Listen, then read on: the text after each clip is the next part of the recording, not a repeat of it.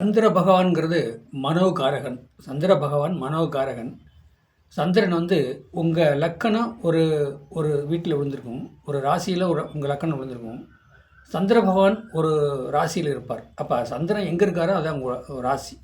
அவர் என்ன நட்சத்திரம் இருக்காரோ அது உங்கள் நட்சத்திரம். அப்போ அந்த சந்திர பகவான்கிறது மனோகாரகன். மனோகாரகன் உங்கள் லக்கணத்தை பார்க்குறன்னு வச்சுக்க, உங்களுக்கு பைத்தியமே பிடிச்சிருங்க.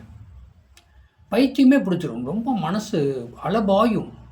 இங்கே ஒரு பொருளை பார்ப்பீங்க, அது மேலே ஒரு ஒரு ஈர்ப்புத்தன்மை வந்துடும். திடீர்னு பார்த்தீங்கன்னா ஒரு ஆணை வரும், ஆணையை பார்ப்பீங்க, அதுக்கு ஒரு ஈர்ப்புத்தன்மை வந்துடும். திடீர்னு பார்த்தீங்கன்னா நீங்கள் கோயிலுக்கு போயிருக்கிறீங்க, ஒரு சாமியை பார்க்குறீங்க, அது ஒரு ஈர்ப்புத்தன்மை வரும். பக்கத்தில் நிற்கிறாங்களே அவங்க மேலே ஒரு கண்ணோட்டம், பார்வை, அதில் ஈர்ப்புத்தன்மை வந்துடும். மனசை ஒரு வழிப்பாதையாக்கணும், ஒரு வழியாக இருக்கணும், அதுதாங்க மனுஷன். அப்போ உங்கள் லக்கணத்தை சந்திரபவன் பார்க்குறேன்னா மனோகாரகன், ஒரு புத்தி ஒரு யோசனை இல்லை அப்படிங்கிற மாதிரி. அதே சனி பார்க்குறாரு உங்கள் லக்கணத்தை அப்படின்னு பார்த்தீங்கன்னா, அப்போ மறந்துடுது. ஒரு பொருளை ஒரு இடத்துல வச்சுட்டு மறந்துடுது. சில பேர் பார்த்திங்கன்னா அமௌண்ட்டே வச்சுட்டு மறந்துடுவாங்க.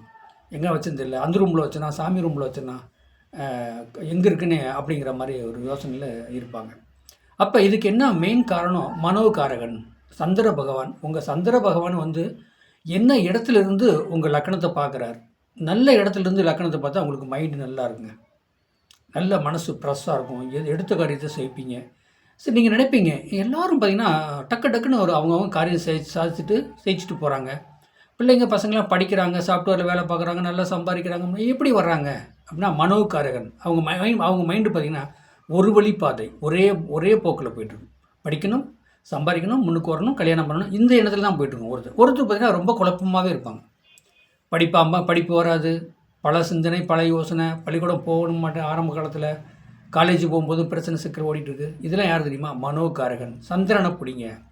அப்போ சந்திரன் உங்களுக்கு 3 6 8 12 இப்போ உங்கள் லக்கணத்துக்கு ராசி 3 6 8 12 விழுந்திருக்கு.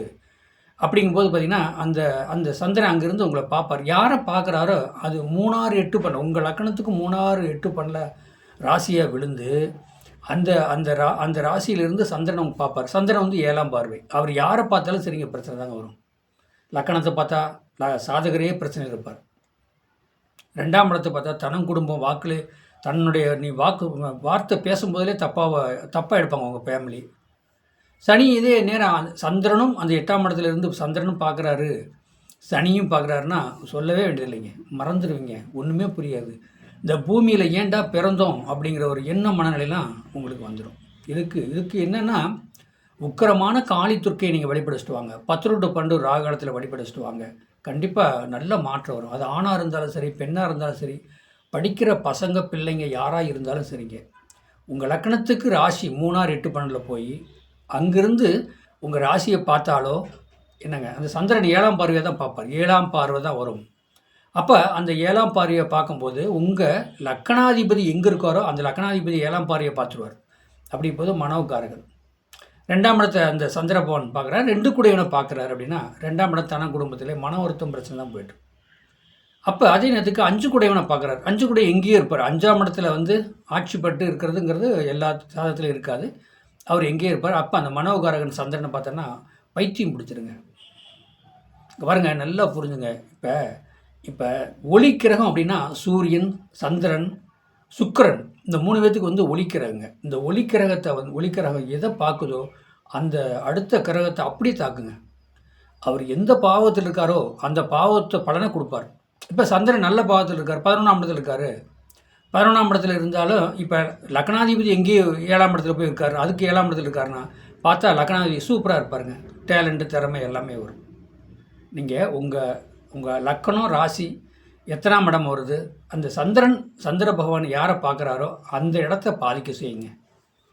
உங்கள் சாதத்தை கொண்டு வாங்க, தெளிவாக பார்க்கலாம்.